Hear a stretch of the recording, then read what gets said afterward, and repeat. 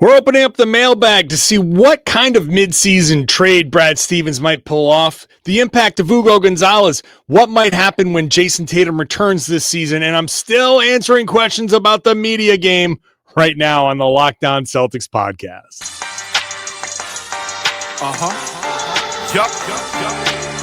Beantown, be ever ready.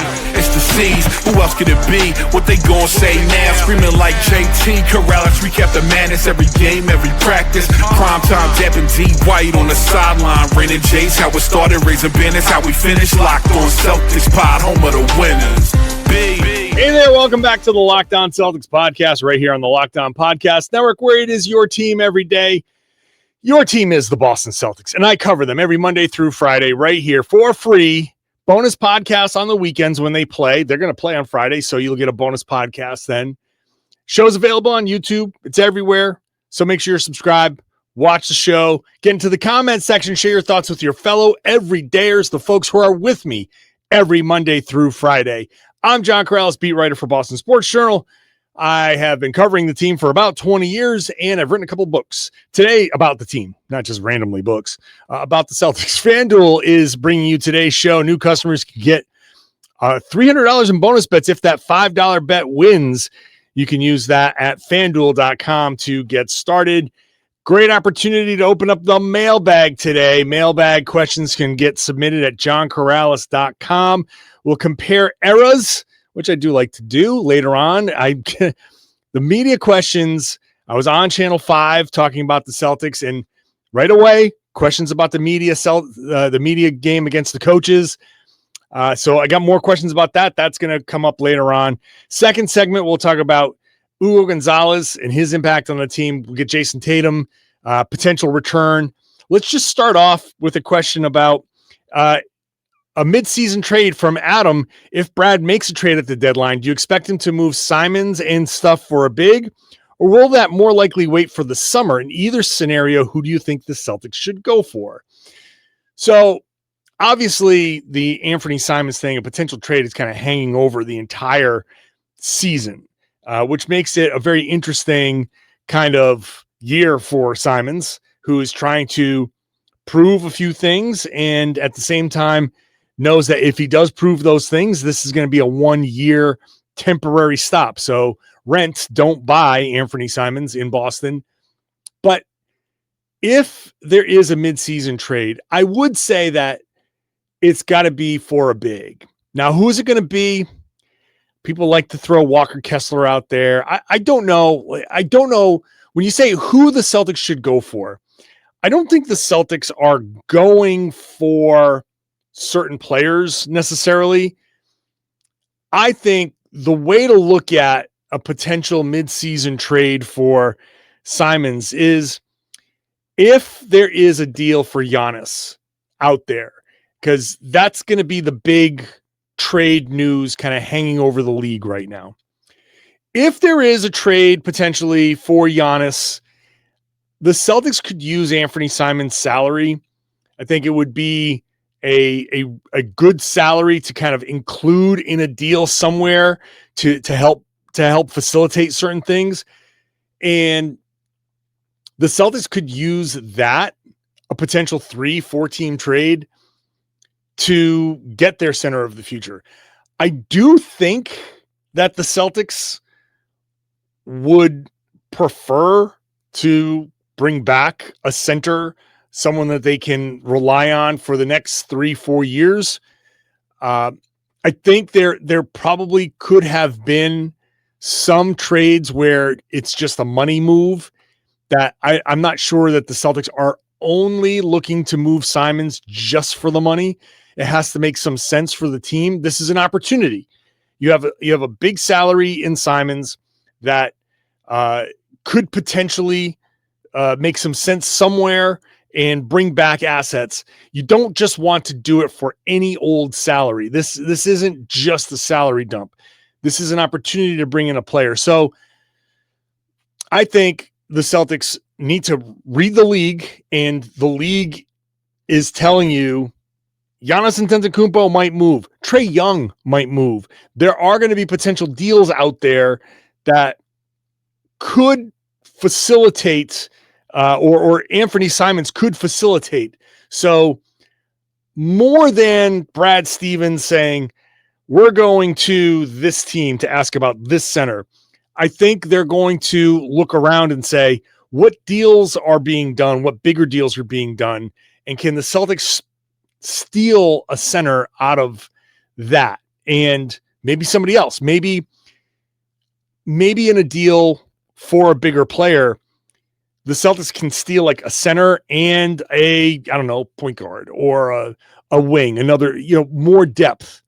So they will be canvassing the league, looking for inclusion in some of these other deals where, okay, Team A wants to acquire Giannis. They need to send some players out.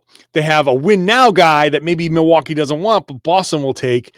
And Team B is getting involved to make the money work, and they have to send somebody to Boston, and Boston sends Simons out to one of those other teams, and those teams send younger players to to Milwaukee or whatever. So that's the type of thing I'm looking at.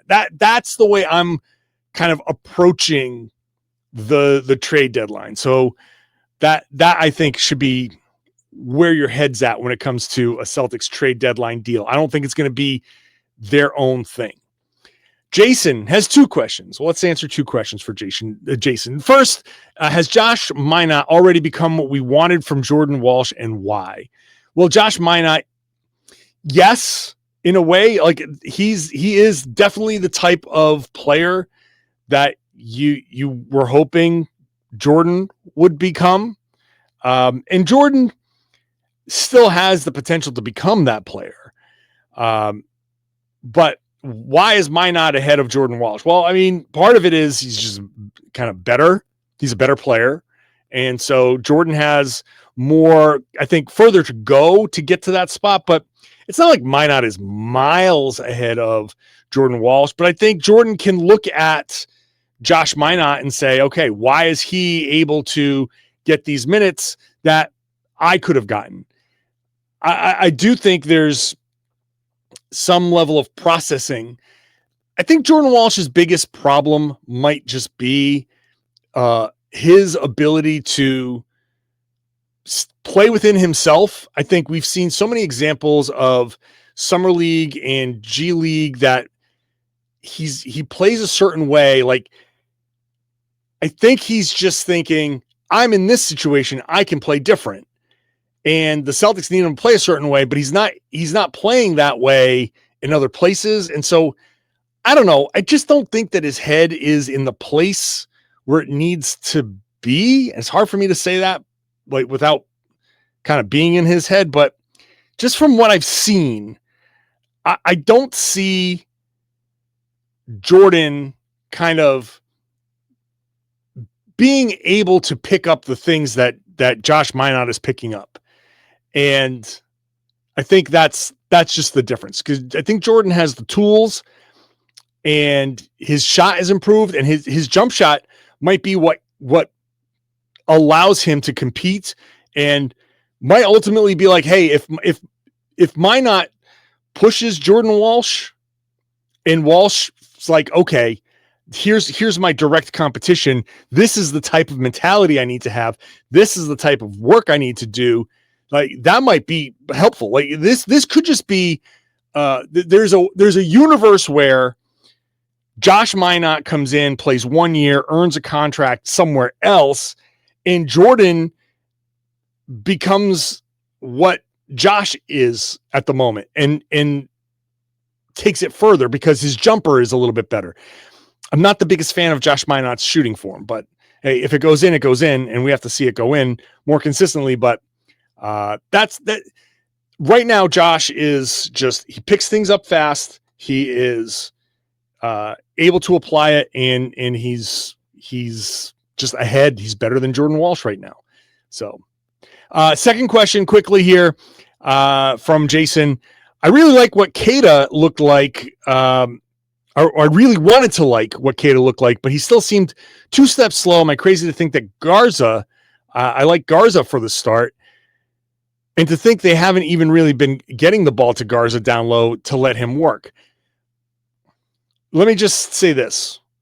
No center on this team is going to get the ball down low to let them work. So that's not going to happen with Queta, Boucher, Garza, Tillman. Now, they may have a couple of opportunities on their own to say, hey, look, the shot clock or the way they're being defended, I am going to go and work. Fine. We saw Queta do that in the last preseason game, and it worked. It's great. Fine. But look, I've been critical of Queta as well. I don't know about who starts when. I think, honestly, the way we should look at the Celtics centers is whatever combination, one or two of them on a particular day, that has to be the best one to use on that day. That's the one you go with. So does Queta get starts? Absolutely. Does Garza get starts? Yup. Does Boucher? Yes. Does Tillman? Yes. All four of them, either two of them at a time, one at a time. I think any one of them can start. Does Queta seem a little slow? There are going to be matchups where he looks a little slow. There are going to be days where he looks slow. Are there going to be some days where he looks good? Yes, there are going to be days where he looks good as well. Right now, people like me who are critical of Queta have a lot of evidence. People who are believing in Queta, they also have a lot of evidence. And that's the problem with inconsistency. So maybe he can get that consistency, maybe not. But for now, it's going to have to be a mix and match. So yeah, Garza to start, sure. But no one center has separated himself. And there's no one center on this team that's good enough to take on any team, any matchup at any time. It's just going to have to be, and we talked about it last week with Tom Westerholm. It's just going to have to be, is this your night? Great. And maybe Brad or Joe thinks it's your night and it becomes not your night. And you're going to have to accept either I didn't start or I started and sat or I didn't play at all. You're just going to have to accept it and know that tomorrow could be completely different. And that's the center situation. So we'll come back. We'll get into Al Horford. We'll get into Hugo Gonzalez. We'll get into coaching, rebounding. All of that stuff is next. Today's show is brought to you by Peloton. Peloton is shaping the future of fitness with the brand new Peloton cross-training Tread Plus. Powered by Peloton IQ, it's their most advanced equipment yet, designed to give you real-time guidance and endless ways to move, whether you're running, lifting, or cross-training with your favorite instructors. This is training reimagined. Peloton is built for breakthroughs with tools that help you plan, stay motivated, and reach peak performance. The Peloton IQ system offers real-time strength coaching. It actually tracks all of your reps. It suggests the right weights, very important, and corrects your form, incredibly important, making every rep safer and smarter. This is how you get those gains that you're looking for. The swivel screen is a game changer. You can go from running on the Tread Plus to strength training without missing a beat, and personalized class recommendations keep you engaged. The workouts you get are tailored to your vibe and energy level each week. So let yourself run, lift, flex, and push forward. Explore the new Peloton cross-training Tread Plus today at onepeloton.com. Today's show is also brought to you by Monarch Money. Let's be honest.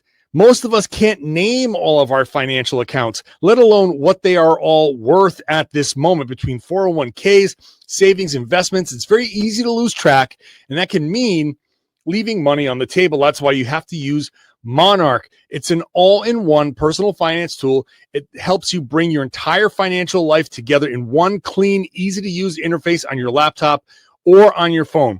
Organize all of your accounts, track your spending, get a better handle on your investments. It's very easy. Like, I know my retirement's not that far off. I have to keep track of all of my investments, and you can review everything with your partner. You can see shared goals. You can make better financial decisions together when you have all of it in one place, because they have the visual dashboards and smart tools that make it so much easier to understand where all of your money is going and how to make it work harder.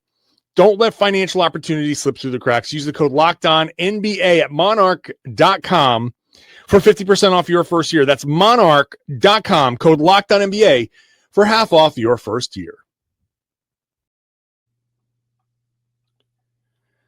Thank you for making Locked On Celtics your first listen every day. Check out Locked On Fantasy Basketball. Make that your second listen. Josh Lloyd, the GOAT, has you covered on everything fantasy basketball. You want to get that best draft. You want to get that sleeper. You want to win your league. Listening to Josh Lloyd will get you there. I'm telling you, that dude, there's no one else to trust when it comes to fantasy basketball. Get back to the mailbag here. Again, johnkaralis.com/mailbag to submit your questions. Like Adam, who said, I'm having a hard time making sense of Al Horford on the Warriors. It seemed like they're expecting him to be their starting center. Didn't we learn that his minutes need to be carefully managed and that he's a terrible solo rim protector? Are they expecting him to play big minutes in the regular season and through a long playoff run? Is this going to be Philly all over again? I don't think it's going to be Philly all over again. I like him in Golden State as far as the fit goes. Now, are they expecting him to play too much? I hope not, because I don't think that's going to go well. I think he and Draymond are going to allow each other to kind of rest. Draymond can take a game off, then Al can take a game off. I think that's going to be how they kind of manage things. Al will tell them exactly what he needs to do. I think it's going to go fine. But I do agree, Adam, that it does seem like they're going to expect him to do a lot. But I would think that seeing how effective he was in Boston and how Boston handled him should be informative to them. And so they're not stupid. They have people who are older and they know how to manage things. They know what's important. So I think Al, and I know, unfortunately for some people, because I think maybe some people would rather just see it not go well. I don't care that if it goes well this year. I don't have disdain for the Warriors like a lot of Celtics fans do. I know Draymond, that's fine. But I think Al Horford's going to do well. And I don't think they're going to win a championship, but I think Al Horford's going to do well there, and he will help them a lot. All right, Josiah asks, do you think if Hugo Gonzalez were to play this season, he would have a bigger impact than Jordan Walsh? Jordan Walsh catching some strays today. I feel like we haven't seen growth from Walsh in recent years. I think we have seen growth. I just don't know if we've seen enough growth from Jordan to have him crack the rotation. I just haven't seen enough progress that makes me think, yes, I trust him out there implicitly. I also don't think that Ugo is ready to do that yet. Now, will he be soon? Yes. I'm high on Hugo Gonzalez. I think he will eventually be a starter on the Celtics. Not this season, maybe not next season, but the season after that, or like within the rookie contract, within that, first few years, there's a strong chance that Hugo Gonzalez is going to be a starter on this team at the very least. So I like him. I like his drive. I like his competitiveness. I think his head's in the right place. I think he feels the game extraordinarily. Like, he has the intangible. He has that thing that when you see him play, you're like, oh yeah, I like how this looks. He just looks like a good basketball player. So I think he'll eventually be a huge contributor to the Celtics. This year, I don't know. I really don't, because I want him to get the reps, and that's the number one thing for him. This year, it's not about like him helping the Celtics win 2 more games, 3 more games, even if that's possible. That doesn't move the needle for me. I want Ugo to get the reps, take his homework to Maine, really, really work on that stuff, try and fail and not worry about coming out, not worry about getting sporadic minutes. That's That's more important to me than a little bit of an impact this year. But it's up to the Celtics player development folks to determine where he is and where he will best take those steps forward. My feeling is Maine, but they might feel differently. Deo says, first off, I'm an idiot. No, you're not. My question is, how do you coach rebounding? You can box out all you can, but the ball can only go in a totally different direction. Please enlighten. Well, learning the angles is an important thing. I think the general rule of thumb with rebounding is you expect it to go long. So if a shot is taken from like a 45-degree angle on the left side, you position yourself at a 45-degree angle on the other side and give yourself a chance. There is boxing out. There's technique to boxing out. Getting your arm on the body, getting your butt on the person's leg, boxing out, like just pushing and keeping your hands up. And like, there's little bits of technique there. There's effort. You've got to coach the effort. That's for sure. But it's sometimes you are just going to, hey, my job is to box out and I'm not going to get to that angle. Rebounding is a team thing. And if I'm boxing out and the ball goes to another place, as long as my teammate is there, then we get the rebound and we can go. That's important. We saw that from Peyton Pritchard a lot this preseason. Box out, box out, box out. Someone else gets the rebound, go. That's also important to rebound. But yeah, rebounding is about technique. It's about, reading the shot, understanding who is shooting, what is that shooter's tendencies. It's a lot of mental games. Is it later in the game? And has this person been shooting short? Is it earlier in the game? Is this person a rookie? Do they tend to shoot long? If you can get those things in your head and understand how they shoot, where they're shooting from, and get yourself into a certain kind of angle, then that's going to help you with your rebounding. Let's get to Jonathan's question about Jayson Tatum, who says, given his play style, if he comes back, how is he going to fit into the new Celtics pace? Look, I think if Tatum comes back, it's not necessarily to fit into the Celtics pace. I think if Tatum comes back, it's just getting him acclimated, and that part doesn't matter. Right now, if Tatum returns this season, it's knock off the rust, and he'll fit in by inbounding the ball quickly, right? Understanding the defensive principles of trapping and taking certain chances defensively to try to go for steals, and when to gamble and when not to. He's still going to be an isolation guy, but he can just move the ball. Just instead of surveying, just understand you've held the ball for a couple of seconds. If you don't have anything, just move it. So that's going to be how he fits into the pace. It's not about him running and sprinting past everybody. It's just about doing the little things to pick up the pace. He's going to have to play his own game, but that's not the most important thing if he comes back. It's just getting him back, knocking off the rust, and moving forward with that.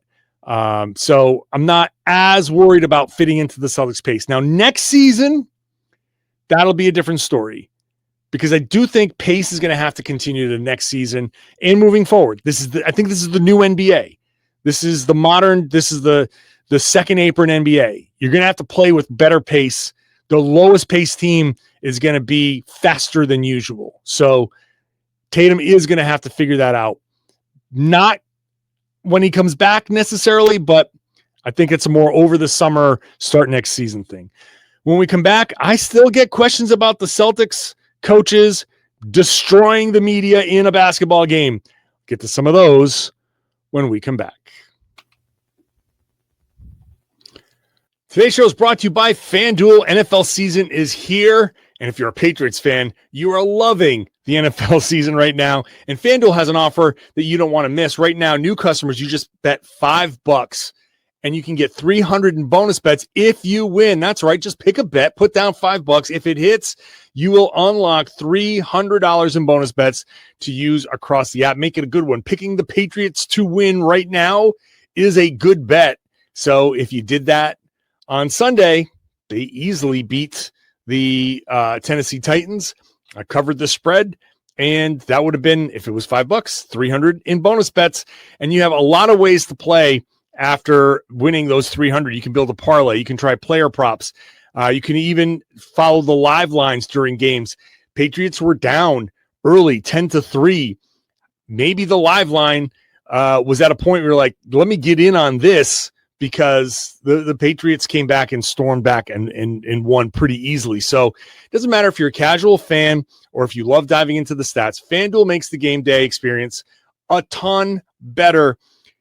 Make sure you're using their budgeting tools. They'll ask you right away when you sign in and say, yes, set whatever your disposable income is, whatever you can afford to lose, that's your budget. And this way, if you hit a cold streak, it's all right. When you get reloaded, you can hop on in there. So check it out at FanDuel.com. Download the FanDuel app today to get started. Today's show is also brought to you by Game Time. We got basketball season here. You want to get into the arena. I can tell you, even in preseason games, TD Garden was bumping. But whether you're in Boston or somewhere else, getting tickets, I know, can be a headache. You're waiting in queues. There are surprise fees. Prices jump right before you check out. It's easy to get frustrated when all you want to do is come in and cheer on your team, the Boston Celtics. That's why Game Time is the place to go. The app gives you the advantage. It's your ultimate life hack for scoring amazing NBA tickets fast, easy, and stress-free. I have used the Game Time app plenty, so I am not eligible for the first purchase offer, which is the code LOCKEDONNBA for $20 off. But I have used the Game Time app to get into a number of different games, Red Sox, WNBA games. So easy, because you can get those great seats in just a matter of minutes. There are no hidden fees at the checkout. I see exactly what the view is from wherever I'm at, whether it's on the road, especially if you're unfamiliar with the arena. That's a great way to make sure you're getting the seat that you want to get. There are zone deals. This is a game changer, because you just pick the section and Game Time picks your seats and you save big there. There are even NBA tickets for under $25. So take the guesswork out of buying NBA tickets with Game Time. Download the Game Time app, create an account, use the code LOCKEDONNBA for $20 off your first purchase. Terms apply. That's code LOCKEDONNBA, LOCKED, LOCKEDONNBA for $20 off. Swipe, tap, ticket, go. Thanks for making Locked On Celtics your first listen every day. Go check out Locked On NBA and Locked On NBA Game Night. Locked On NBA, Monday through Friday, covering the big stories in the league. Locked On NBA Game Night is 7 days a week, covering every game every night. And I'm there on Wednesdays with Jake Madison from Locked On Pelicans. So make sure you make that your second and third listen after you're done with this show. So it's been a few days, but people are still asking. I was on Channel 5, like I said earlier. It's the first two questions I got there were about the pickup game with the coaches where we got smoked. I still get texts. I still get calls. So that's going to kind of linger for a little while, but that's okay. Here's a question from BJ, who was listening, and he said, you mentioned Tatum and Jaylen Brown were watching. Do you think Joe was actually using that moment to send a message to his team, like, don't play down to your competition, or when you're up big, don't let off the gas? It feels like something right out of the Missoula playbook. Less about embarrassing the media and more about reinforcing mindset. I would not be surprised at that. I think his goal was to put the screws to the media as hard as possible to see what our reaction would be. You know, like, you're out there writing about us. Let's see how you feel about how do you react about when things don't go well. And I don't know what he was expecting. And he might pull out like, hey, when we played the media, we beat the media by 53 points in 12 minutes because we didn't play down to them. We could have messed around, and what would have happened then? And that could be a message that he banks or holds on to. You know, it could be like, hey, it doesn't matter if you're playing the Lakers or we're playing the media, we're pressing. This is what we do. This is how we play. Could be easily. But I think his main goal was, well, what are you made of? What are you made of, Boston Celtics media folks? What are you made of? Can you handle life in this competitive arena? And how are you going to react to that? And frankly, I think, look, I've never been afraid of a beatdown on a basketball court. It's going to happen, right? I've lost by 30. I've lost by 40. It happens. And each time I'm always mad at myself, and I always look at it as an opportunity, like, okay, how can I be better? Probably not as easy for me to do that now in my 50s, but sure, there are things I could have done better for sure. And that's what I take out of it. And I think Joe appreciates that. And I think Joe appreciates that none of us stormed off. None of us just said, this is crap, and we left. Like, we all stayed there and fought through it and just took it. And then we played each other and had a very competitive game against one another. And I think he, you know, for once he saw us all as like, oh, you all just love basketball too. And we're just different. We're just physically different, mentally different. And just, we're not NBA players, but it doesn't mean we don't love the game. And I think he appreciates that. So I think that's the main thing. Chris says, Joe probably just wanted you guys to feel a little of what players and coaches feel during press conferences. Maybe. I said the players should have come down and asked us questions afterwards. Like, if you really want to turn the tables on us, you should come over, and like Jaylen Brown could have asked, like, hey, you guys turned the ball over a lot today. What was going on there? Like, I would have loved that. I think that would have been funny. He said, but also, this is from Chris, isn't Scal loosely considered media? He could have suited up for your team as a ringer. Forget loosely. Scal right now is in the media. He is a member of the media. Could he have suited up? Absolutely. I don't think he was available. But he could have. And then I heard something about Scal talking about, oh, I can bring some people. I can bring some ringers in. And be like, no, don't do that. Don't do that. If Scal wants to play next time, he can play. He's a member of the media for sure. It's not going to make a huge difference, but you know, he can at least recognize some things and be like, hey, do this, set this pick, go hit this guy. You know, I think that could be Scal, you know, making a difference. Scal's what, 40 something? He's not going to, against those guys, instead of 57-4 would have been what, like he said 40-10. Like, okay, sure. You know, but don't bring ringers. I don't want ringers. I'm not sitting there just trying. I want to compete against these guys myself. So, but Scal is more than welcome to play. Let's wrap it up here with Matt, who wants to compare eras. He says the game has evolved so much over the years. Who from decades past do you think would succeed in today's NBA? And who do you feel may not? Same question for if current players played in decades past. So I do think you need shooting, right? Today's game is all about being able to hit from distance, and that's hard to determine. Like, which of these Celtics historically could have hit from, 25 feet? I would expect somebody like, I think, Sam Jones and, well, let's put it this way. First of all, anybody who was a superstar in a past era could play in any era. I don't care, right? I don't care if Bill Russell, he's so skinny and whatever. Like, those guys would be able to take advantage of, first of all, in today's era, a lack of segregation. There'd be much more opportunity. You wouldn't be forced to, skip an exhibition game because you're not allowed at the same hotel. So the social aspect would be a lot better. They wouldn't have to worry about that stuff. Secondly, they would have much better facilities, and they wouldn't have to work second jobs. That would be very helpful. So a guy like Bill Russell could have, he'd be bigger if he wanted to be, could lift, and he had better nutrition and all of that stuff. He'd be paid a ton of money so he could do whatever he wanted, eat whatever he wanted, train however he wanted. So that stuff, he would be more in line with today's physical attributes.